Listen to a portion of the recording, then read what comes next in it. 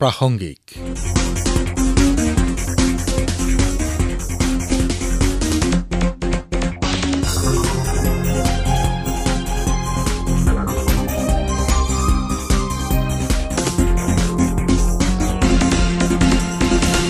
নমস্কাৰ শ্ৰোতাসকল, প্ৰাসংগিকলৈ স্বাগতম। আজিৰ অনুষ্ঠানত আপোনালোকলৈ আগবঢ়াইছো ষ্টেট জিআই কৰ্মৰাজি সমিতিৰ অধ্যক্ষ বিনয় ভট্টাচাৰ্যৰ সৈতে হোৱা এটি কথোপকথন। তেওঁৰ সৈতে কথা পাতিছে ধুবুৰীৰ পৰা আকাশবাণী সংবাদদাতা প্ৰদীপ শাহে। যোৱা ৩০টা বছৰ আপুনি টেৰাকোটাৰ কাৰণে কাম কৰিছে। এতিয়া আমাৰ অভাৱনীয় এটা আমি ফল পাইছোঁ, জিআই টেগ। এই জিআই টেগ পোৱাৰ পিছত আপোনাৰ এতিয়া দায়িত্ব আৰু বহুমাত্ৰা বাঢ়ি গৈছে। এই সন্দৰ্ভত আপুনি কি জনাব? আকাশবাণীৰ সমূহ শ্ৰোতালৈ মোৰ আন্তৰিক হিয়াভৰা শুভেচ্ছা থাকিল। মই আপোনালোকক ধন্যবাদ জ্ঞাপন কৰিব বিচাৰিছোঁ যে আজি আপোনালোকে এই টেৰাকোটা সম্পৰ্কে অৱগত হ'ব বিচাৰিছে। মই আপোনালোকক জনাব বিচাৰিছোঁ, যোৱা ৩৫ বছৰ ধৰি বিভিন্ন ধৰণৰ দায়িত্বত সম্পূৰ্ণৰূপে নিজাববীয়াকৈ এই মিছন এটা আৰম্ভ হৈছিল আৰু সেই মিছনৰ প্ৰথম পৰ্যায়ৰ পৰা আজিলৈকে এটা বৰ ধুনীয়া খবৰ যিটো আমি ক'ব পাৰোঁ যে সৰ্বভাৰতীয়ভাৱে ভাৰত চৰকাৰৰ জিআই বিভাগে অসম চৰকাৰৰ সহযোগত আৰু নাবাৰ্ডৰ সহযোগত আচাৰীকান্দি টেৰাকোটা শিল্পক ৰিকগনাইজ কৰিছে আৰু এই শিল্পক জিআই টেগ প্ৰদান কৰিছে। কিছুদিন পূৰ্বে গুৱাহাটীত এই জিআই প্ৰমাণপত্ৰ প্ৰদান কৰা হৈছে। এই জিআই সম্পৰ্কে মই প্ৰথম শব্দটো মই আপোনালোকক অৱগত কৰিব বিচাৰিছোঁ চবকে। এয়া এক ইণ্টেলেকচুৱেল প্ৰপাৰ্টি ৰাইটছ। আমি যেনেকৈ ব্যক্তিগত ক্ষেত্ৰত দেখা পাওঁ, কোনোবাই ভাল কাম কৰিলে তেওঁলোকৰ ইণ্টেলেকচুৱেল প্ৰপাৰ্টি ৰাইটছটো নিৰ্ধাৰণ কৰা হয়, ঠিক তেনেকুৱা এটা ঠাইত জিআই জিঅ'গ্ৰাফিকেল ইণ্ডিকেশ্যন, মানে অৰ্থাৎ এটা ভূমি নিৰ্দিষ্ট স্থানৰ ওপৰত সেই অঞ্চলৰ যি বস্তুটো হয় সেই বস্তুৰ ওপৰত ভাৰত চৰকাৰে প্ৰদান কৰা এটা আইনগত স্বাধীনতা আৰু অধিকাৰ, আৰু সেই বস্তুটো প্ৰদান কৰাৰ পিছত আমাৰ বহুত কাম কৰিব লাগে। আমি এইটো পোৱা মানে এটা পাৰ্মিশ্যন পোৱা। প্ৰথমত হ'ল যে এই কামটো এই অঞ্চলতে কৰা হৈছিল, যেনেকৈ এইটো দিয়া হৈছে আচাৰীকান্দি টেৰাকোটা ডল মেকিং সমবায় সমিতি লিমিটেড ছ'চাইটি এখন, যি ছ'চাইটিত মেম্বাৰ আমাৰ 150 ঘৰ পৰিয়ালৰ আচাৰীকান্দি টেৰাকোটাৰ শিল্পী পৰিয়ালৰ সমূহ মানুহৰ কোঅপাৰেটিভক এই দায়িত্বটো দিয়া হৈছে। আৰু এই অধিকাৰটো দিয়াৰ আঁৰত বিভিন্ন মানুহে কাম কৰিছে। ধৰক বিভিন্ন আমাৰ ৰিপৰ্টাৰ হওক, আচাৰীকান্দি গৌৰীপুৰৰ হওক, ধুবুৰীৰ হওক, অসমৰ বা সৰ্বভাৰতীয় নিউজ এজেঞ্চিয়ে বিভিন্ন সময়ত তাৰে ওপৰত সুবিধাৰ ওপৰত লিখা এই কাগজ পাতি এইবিলাক লাগে। ধৰক নেকাৰ্ডৰ যিবিলাক 30 বছৰৰ তাৰে গোটেই প্ৰমাণ পত্ৰবিলাক দিব লগা হৈছে।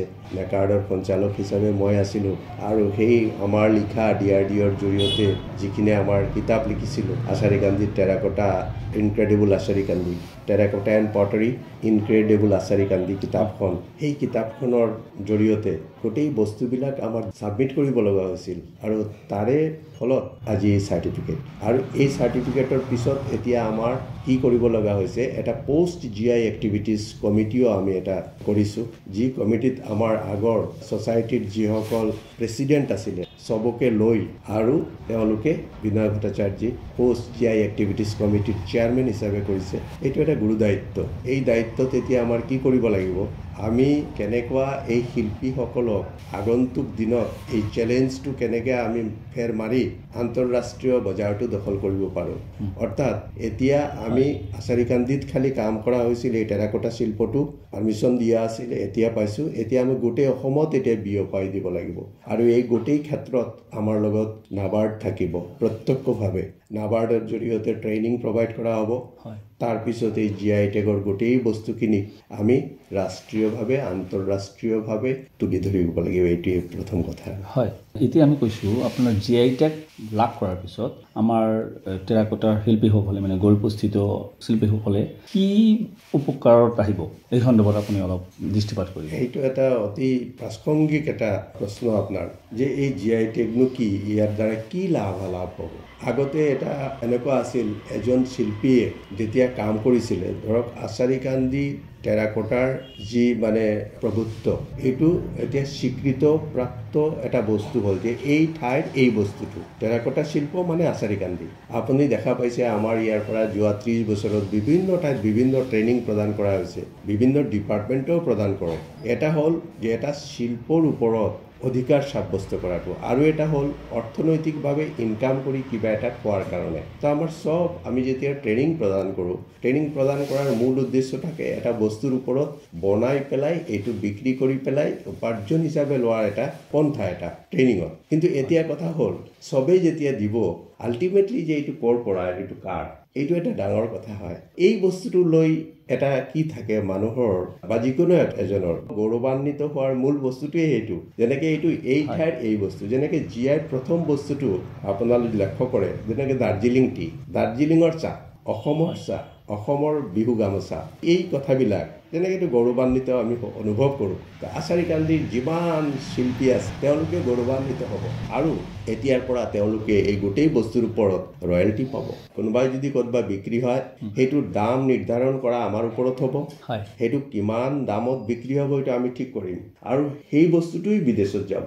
ইয়াৰ দ্বাৰা মোৰ ইয়াতে শিল্পী যদি আপুনি কয় শিল্পী পৰিয়াল 650 ওপৰত প্ৰত্যক্ষভাৱে আছে, আৰু অপ্ৰত্যক্ষভাৱে ইয়াতে প্ৰায় 2000 মান মানুহ ইনভলভ হৈ আছে। এই পুৰা শিল্পগাঁওখনত কিমান মানুহ আছে, আৰু চবেই বস্তু বনাই আছে, কিন্তু তেওঁলোকে এই বস্তুটোৰ যথেষ্ট পৰিমাণে মূল্য এতিয়াও পোৱা নাছিল। কিন্তু এতিয়া সেই মূল্যটো পোৱাৰ এটা বাট মুকলি কৰি দিছে চৰকাৰে, আগুৱাই আহিছে। মই নৰেন্দ্ৰ মোদীক অলপ ধন্যবাদ দিব লাগিব। মন কী বাত 2020ত তেওঁ এই আচাৰীকান্দি গাঁৱৰ আকাশবাণীত এইটো হেৰি কৰা হৈছিল।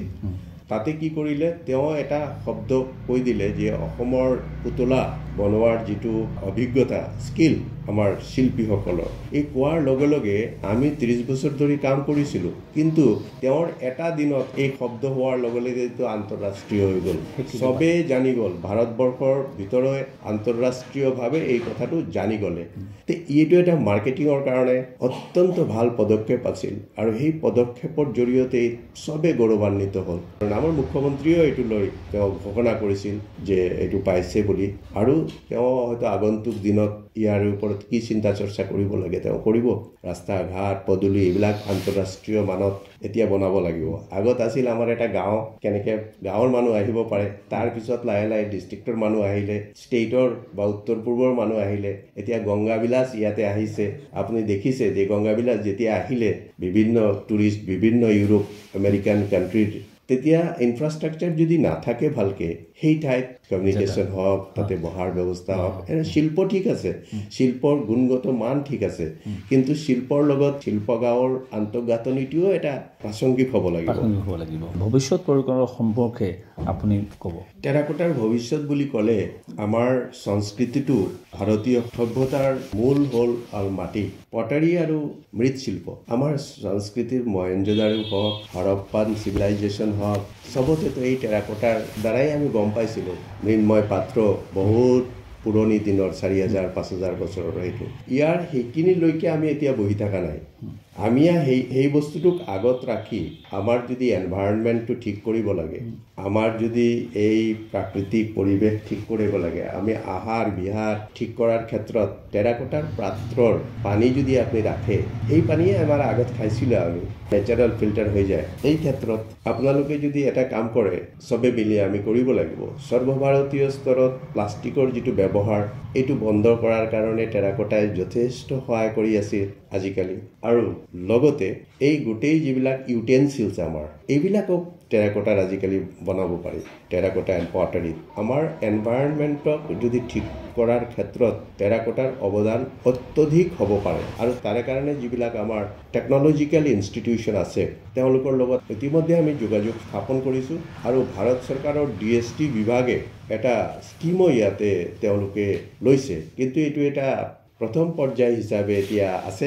এইটো হয়তো ভৱিষ্যতে হ'লে এইটো ভাল হ'ব। এইখিনি আপোনাক ধন্যবাদ জনাইছোঁ আমাৰ আকাশবাণী গুৱাহাটী কেন্দ্ৰৰ পৰা। ধন্যবাদ। প্ৰাসংগিক শুনিলে। আজিৰ অনুষ্ঠানটো প্ৰযোজনা কৰিলে ৰাজীৱ লোচন বৰঠাকুৰে, সহযোগিতা আগবঢ়ালে অপূৰ্ব মালিয়ে। পৰৱৰ্তী প্ৰাসংগিক শুনিবলৈ পাব অহা সপ্তাহৰ আজিৰ এই একে সময়তে। নমস্কাৰ।